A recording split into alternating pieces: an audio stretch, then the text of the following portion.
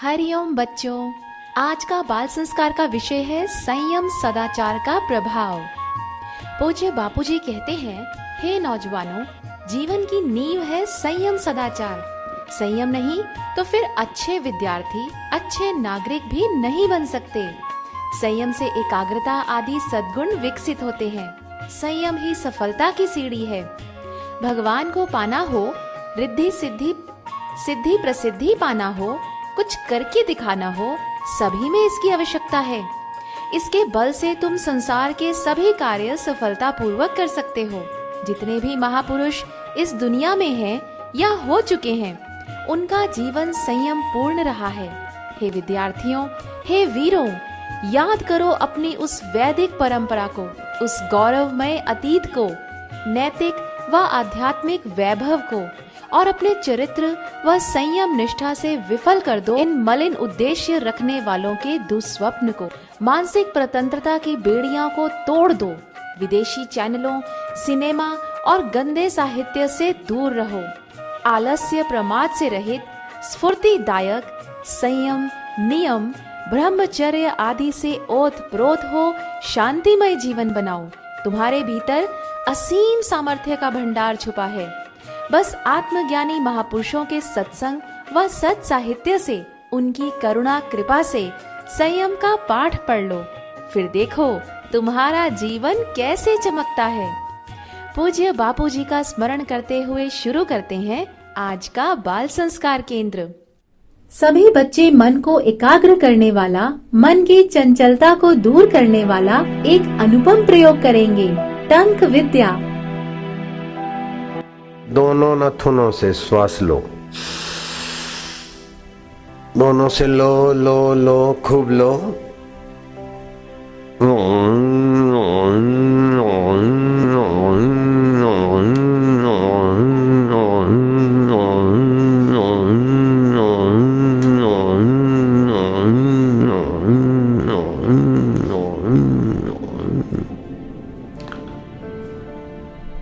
एक बार हुआ, ऐसा 2 बार करना है बस। फिर से लो।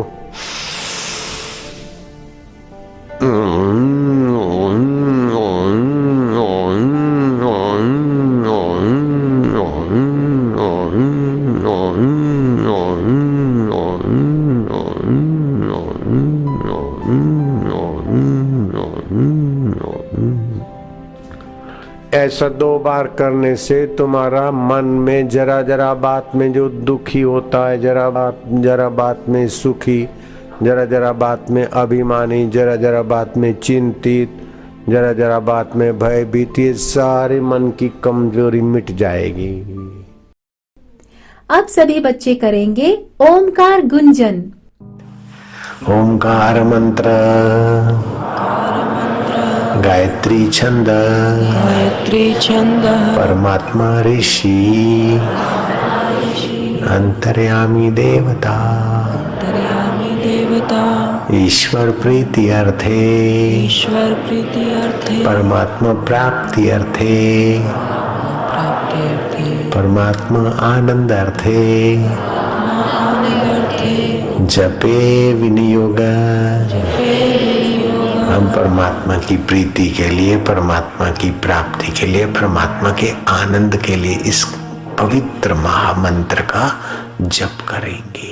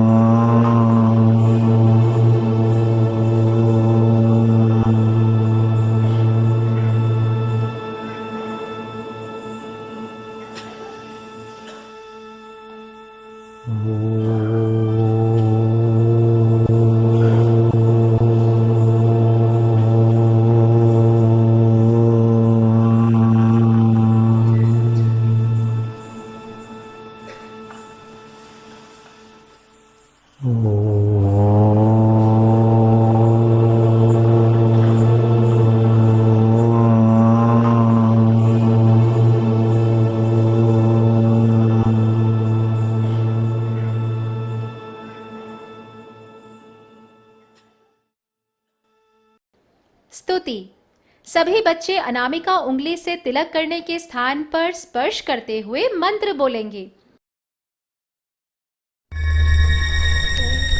ओम गं गणपते नमः।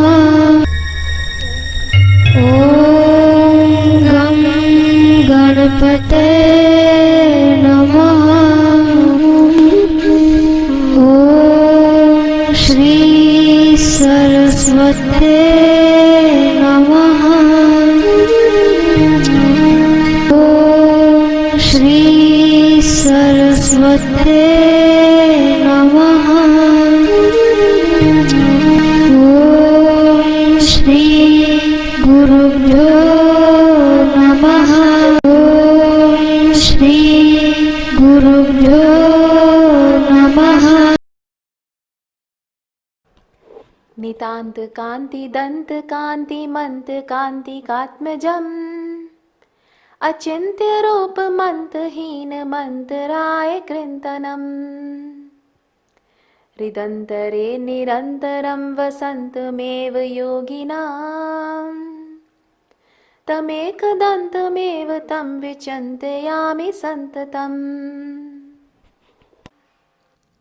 जिनके कांतिमय दांत हैं, जिनका एक दंत रूप बहुत प्रिय है, जो शिव के पुत्र है, जिनका अनादि रूप अकल्पनीय है और जो कष्टों को हर लेते हैं, जो योगियों के हृदय में निरंतर वास करते हैं, उन एक दंत श्री गणपति भगवान का हम ध्यान करते हैं।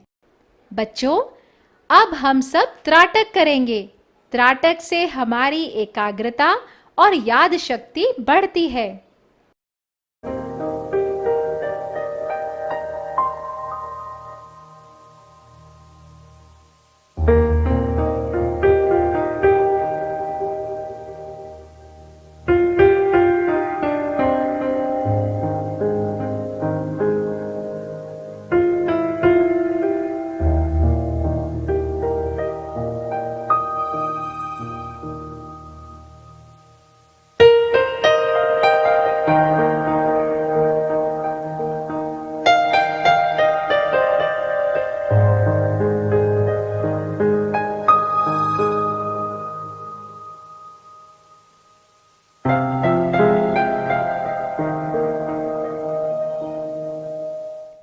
अब बारी है कहानी की।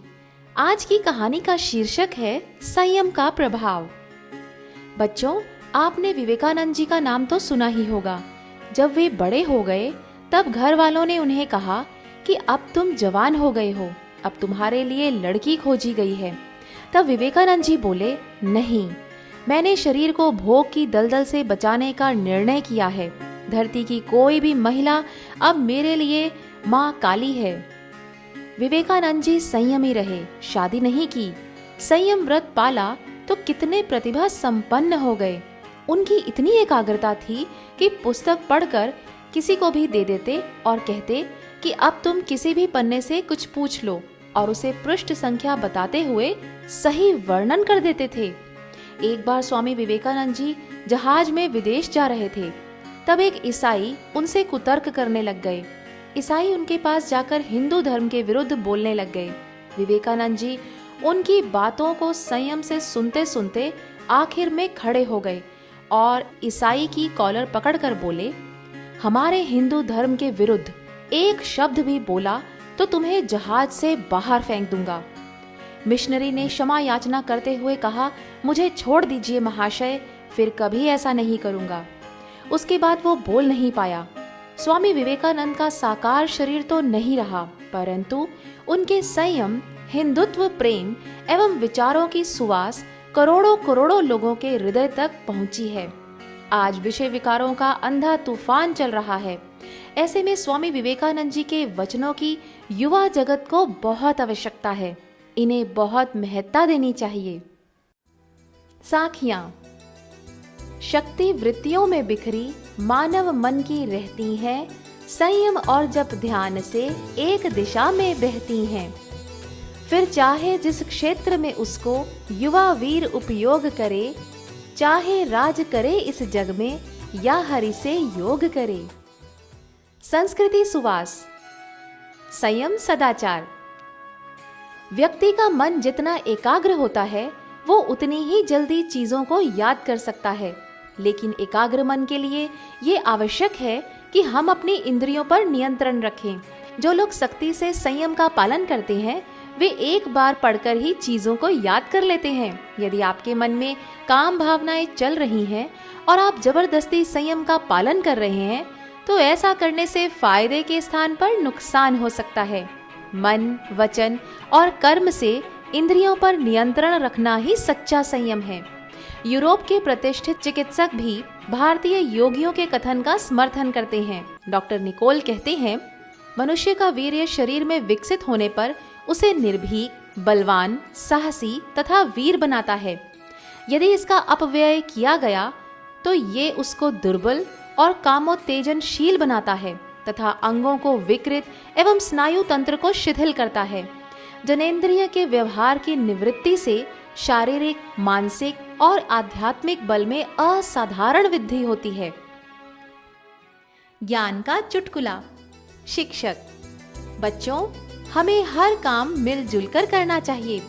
चिंटू, सर तो फिर परीक्षा में आप हमें दूर दूर क्यों बिठा देते हैं, मिलजुल कर करने दो ना। सीख, परीक्षा में नकल नहीं करनी चाहिए। सुविचार, बाल्यावस्था और यौवन में जो व्यक्ति संयम का पालन करते हैं वे अपने सत स्वभाव में स्थित रह सकते हैं। अब हम गाएंगे मधुर भजन, ऐ मेरे सतगुरु प्यारे।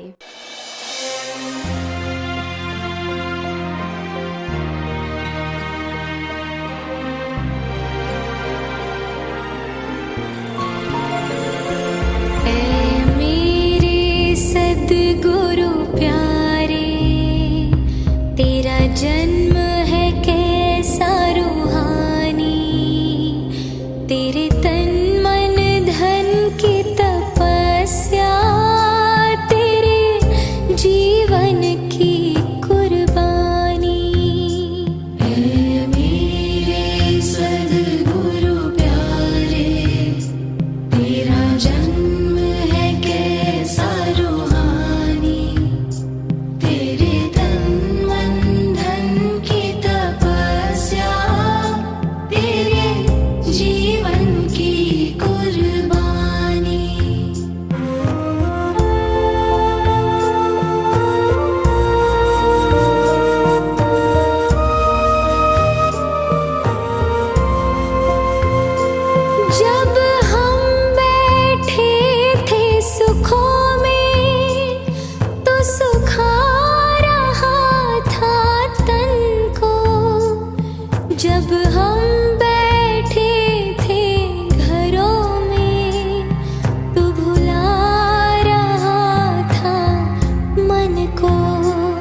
जग में रह कर सब भूला, न भोजन चाह न पानी, तेरे तन मन धन की तपस्या, तेरे जीवन की कुर्बानी।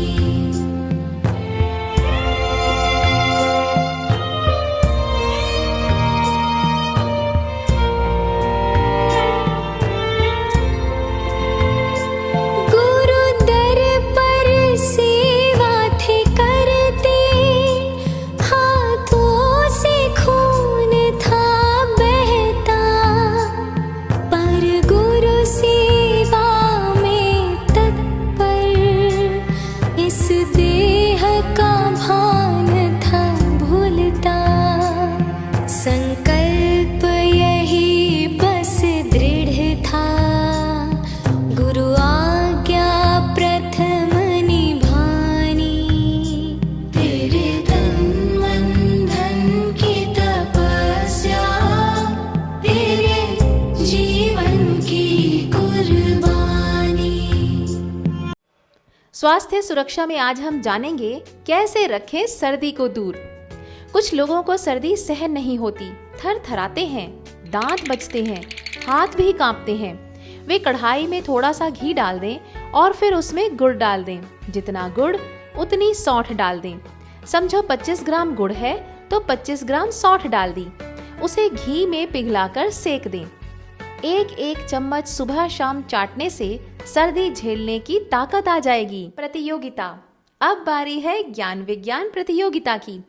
आपको एक प्रश्न पूछा जाएगा, उत्तर में 4 विकल्प होंगे और आपको 10 सेकंड में सही उत्तर बताना है।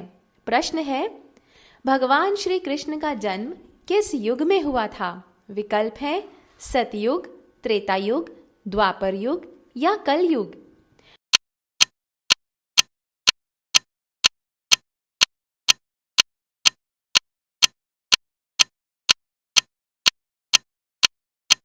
प्रश्न का सही उत्तर आपको सत्र के अंत में बताया जाएगा। उन्नति की उड़ान। सनातन भारतीय संस्कृति संसार में सत्य की, परमात्मा की राह दिखाने वाली संस्कृति है। हमारी अपनी जहां तक योग्यता है वहां तक पूरे तन मन जीवन को लगाकर भी इसी संस्कृति की महानता का विश्व मानव को फायदा मिले, ऐसा हमें यत्न करना चाहिए और हम करेंगे। ओम ओम ओम। सबका मंगल, सबका भला। क्या करें क्या ना करें? उत्तम स्वास्थ्य हेतु शीत ऋतु में आहार विहार। इस ऋतु में सूर्य किरणें स्वास्थ्य प्रदायक होती हैं। रोज सुबह सिर को ढककर 10-15 मिनट सूर्य की ओर मुख व पीठ कर बैठें। शीतकाल में व्यायाम व योगासन विशेष जरूरी है। इन दिनों जठराग्नि बहुत प्रबल रहने से उचित मात्रा में आहार लें। बहुत ठंडे पानी से स्नान करना, दिन में सोना, देर रात तक जागना, अति ठंड सहन करना, अति उपवास करना शीत ऋतु में वर्जित है। गतिविधि। एकाग्रता और अनासक्ति जीवन की कुंजी है। सभी बच्चों को अपने जीवन में एकाग्रता की साधना करनी चाहिए। एकाग्रता में त्राटक और ध्यान बहुत मदद करता है। त्राटक मतलब दृष्टि जरा सा भी हिलाए बिना एक ही स्थान पर स्थिर करना। बच्चे प्रतिदिन 15 मिनट त्राटक व 15 मिनट ध्यान करें। प्राणायाम। मनोबल व रोग प्रतिकारक बल बढ़ाने की कुंजी है प्राणायाम। प्रातः 3 से 5 बजे के बीच प्राण शक्ति फेफड़ों में होती है। इस समय प्राणायाम करना बहुत जरूरी है। इंद्रियों का स्वामी मन है और मन का स्वामी प्राण। प्राणायाम करने से प्राण तालबद्ध होते हैं। प्राण तालबद्ध होने से मन की चंचलता नियंत्रित होती है। तो प्रातः 4 से 5 बजे के बीच 3 से 4 अनुलोम विलोम प्राणायाम करें। फिर गहरा श्वास लेकर उसे 60 सेकंड तक भीतर रोकें। फिर श्वास धीरे धीरे बाहर छोड़ दें और स्वाभाविक 2-4 श्वास ले लें।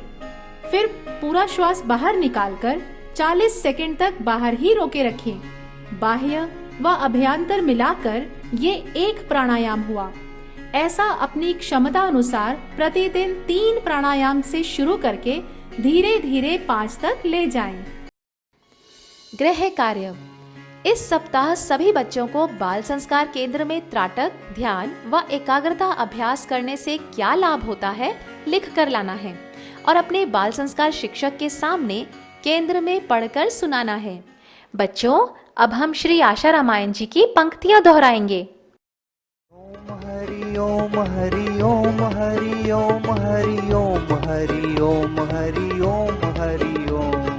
ईश कृपा बिन गुरु नहीं, गुरु बिना नहीं ज्ञान, ज्ञान बिना आत्मा नहीं, गावहि वेद पुराण। जानन को साधक की कोटि, 70 दिन तक हुई कसौटी। कंचन को अग्नि में तपाया, गुरु ने आंसू मल बुलवाया। कहा गृहस्थ हो कर्म करना, ध्यान भजन घर पर ही करना। आज्ञा मानी घर पर आए, पक्ष में मोटी कोरल धाय। नर्मदा तट पर ध्यान लगाए, लाल जी महाराज अति हर्षाय। भगवत प्रीति देख मन भाए, दत्त कुटीर में सादर लाए। ओम हरि ओम हरि ओम हरि ओम हरि ओम हरि ओम हरि ओम हरि ओम। वीडियो सत्संग। समय है पूज्य गुरुदेव के श्रीमुख से सत्संग सुनने का। ऐसा लाभ आत्मलाभ है। उस आत्मलाभ को बराबर जब तक नहीं पाए साधक तब तक यत्न करता रहे। पेट भरे नहीं तब तक पत्तल न छोड़े।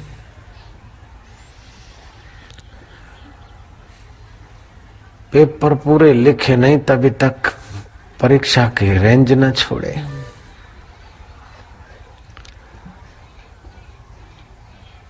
थकान मिटे नहीं, नींद खुले नहीं तब तक बिस्तर न छोड़े। और मंजिल मिले नहीं तब तक साधना न छोड़े, लगा रहे।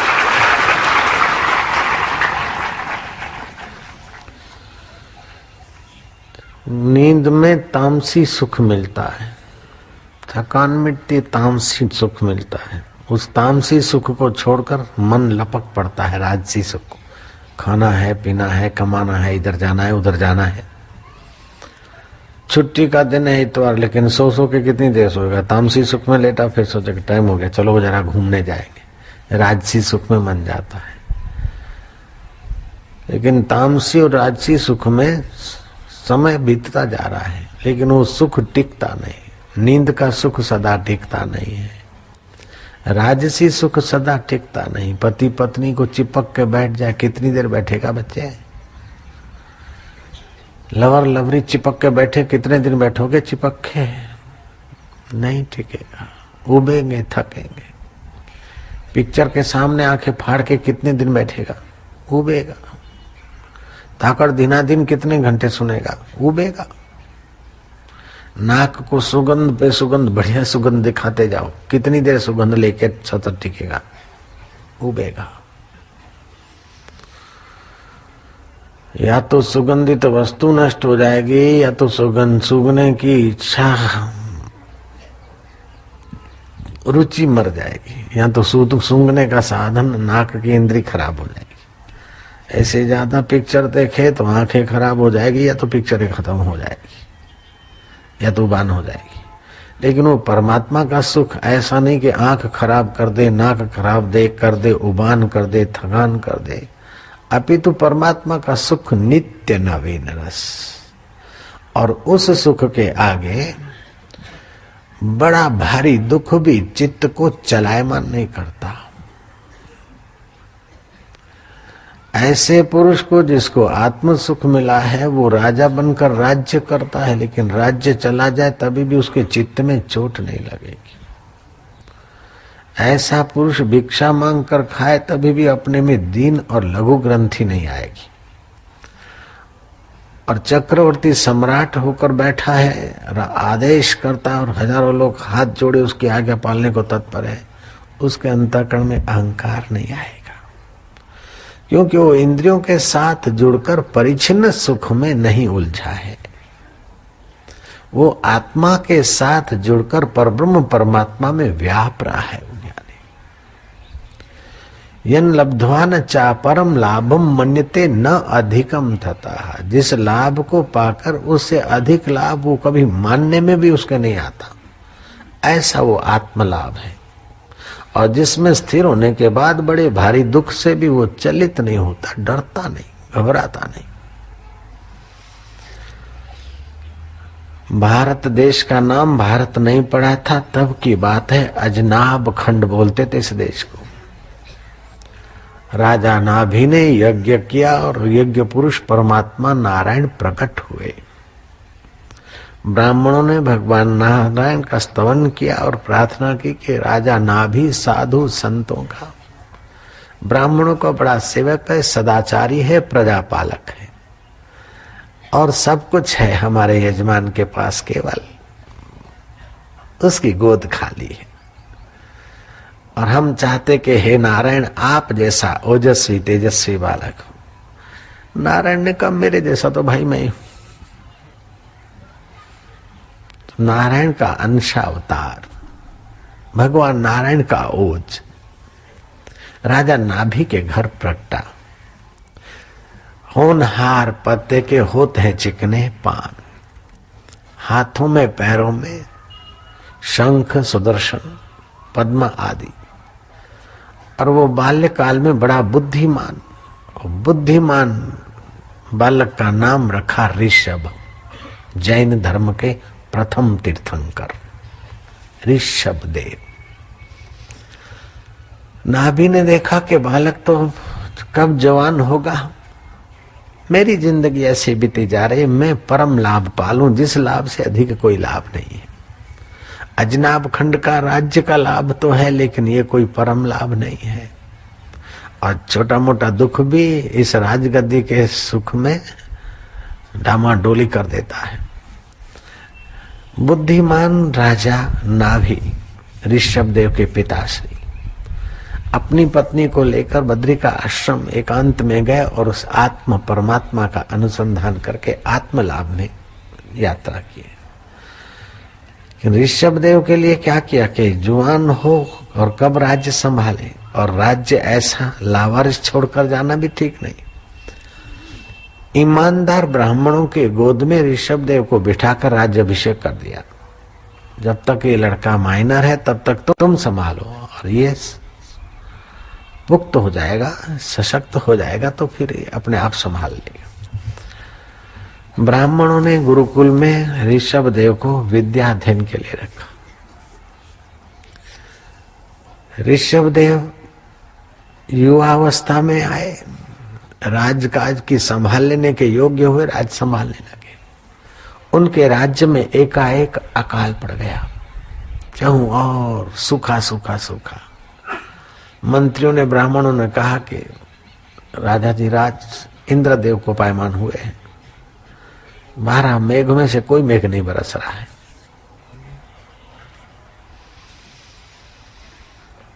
समझ गए ऋषभ, ध्यानस्थ हो गए, अपने योग शक्ति से अजनाब खंड को हरा भरा कर दिया बारिश से।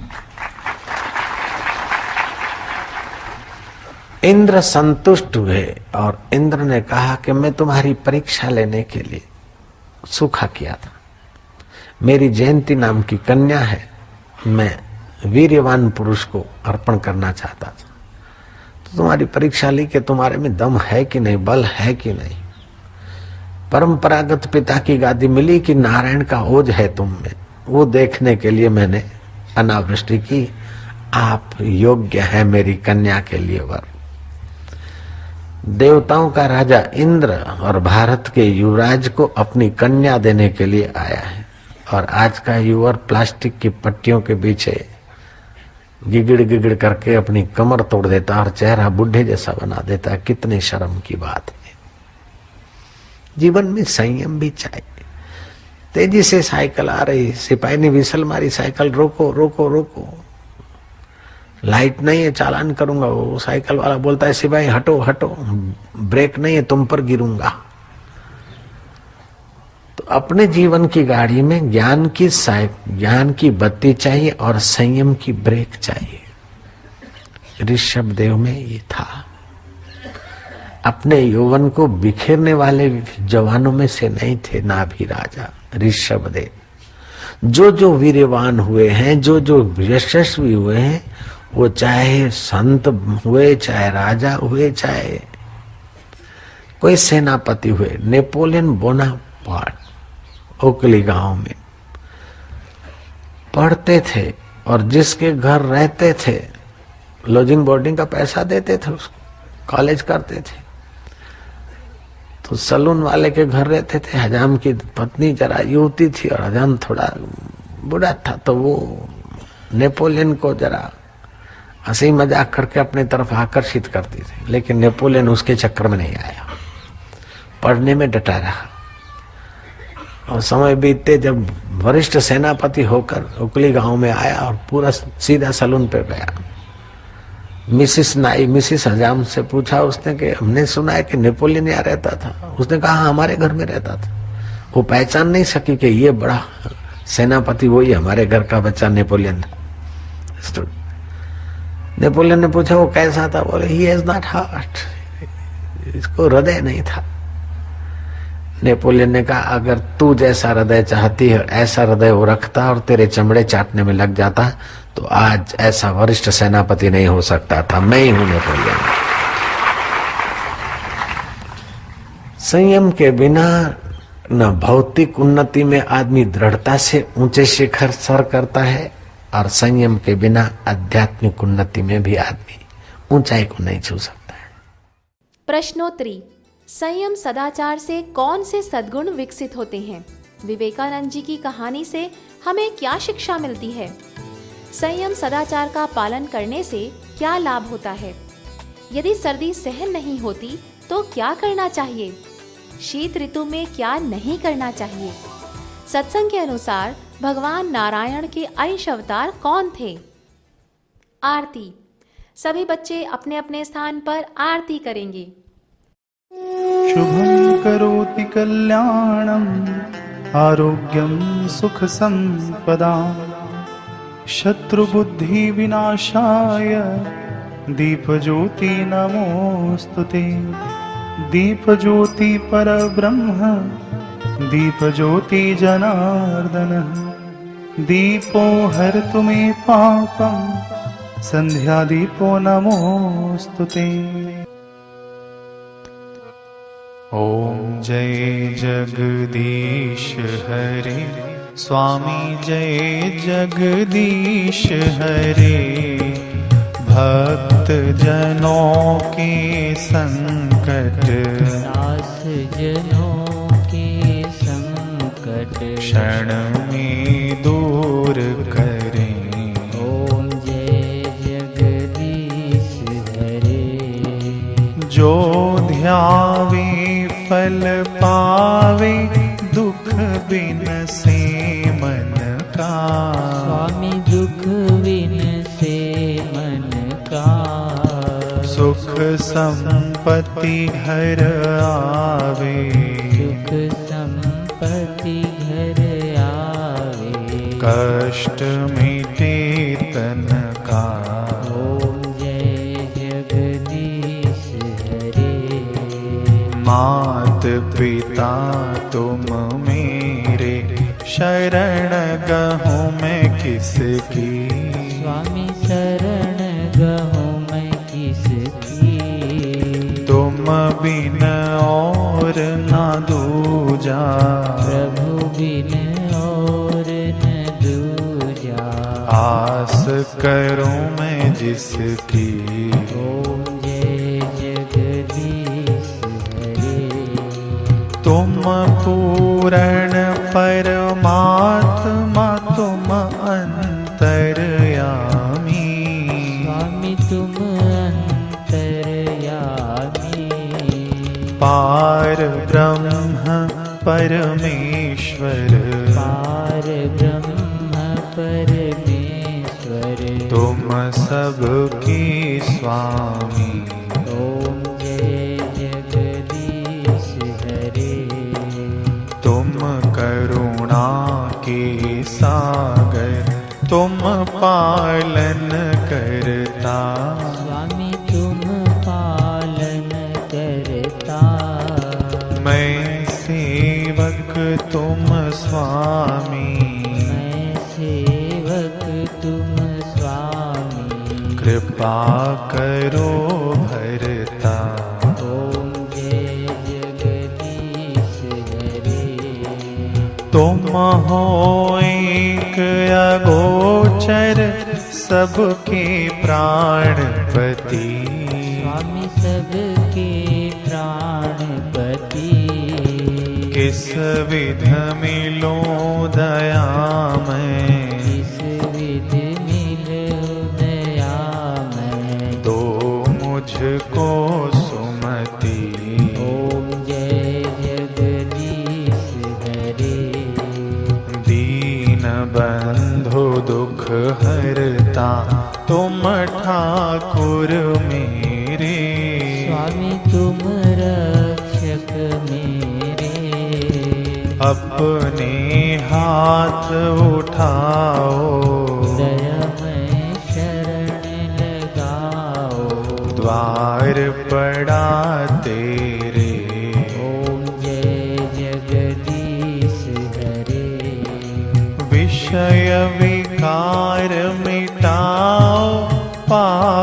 हरो देवा, स्वामी कष्ट हरो देवा। श्रद्धा भक्ति बढ़ाओ, श्रद्धा प्रेम बढ़ाओ, संतन की सेवा। ओम जय जगदीश हरे। तन मन धन सब तेरा, सब कुछ है तेरा। स्वामी सब कुछ है तेरा, तेरा तुझको अर्पण, तेरा तुझको अर्पण। क्या लागे मेरा। ओम जय जगदीश हरे। जय जगदीश हरे, स्वामी जय जगदीश हरे। भक्त जनों के संकट, दास जनों के संकट क्षण में दूर करे। ओम जय जगदीश हरे। नारायण नारायण नारायण नारायण। इसी के साथ हमारा आज का बाल संस्कार केंद्र संपन्न होता है। अगले सप्ताह फिर मिलेंगे बच्चों एक नए ज्ञानवर्धक विषय के साथ। तब तक के लिए हरि ओम। ज्ञान विज्ञान प्रतियोगिता प्रश्न का सही उत्तर है भगवान श्री कृष्ण का जन्म द्वापर युग में हुआ था।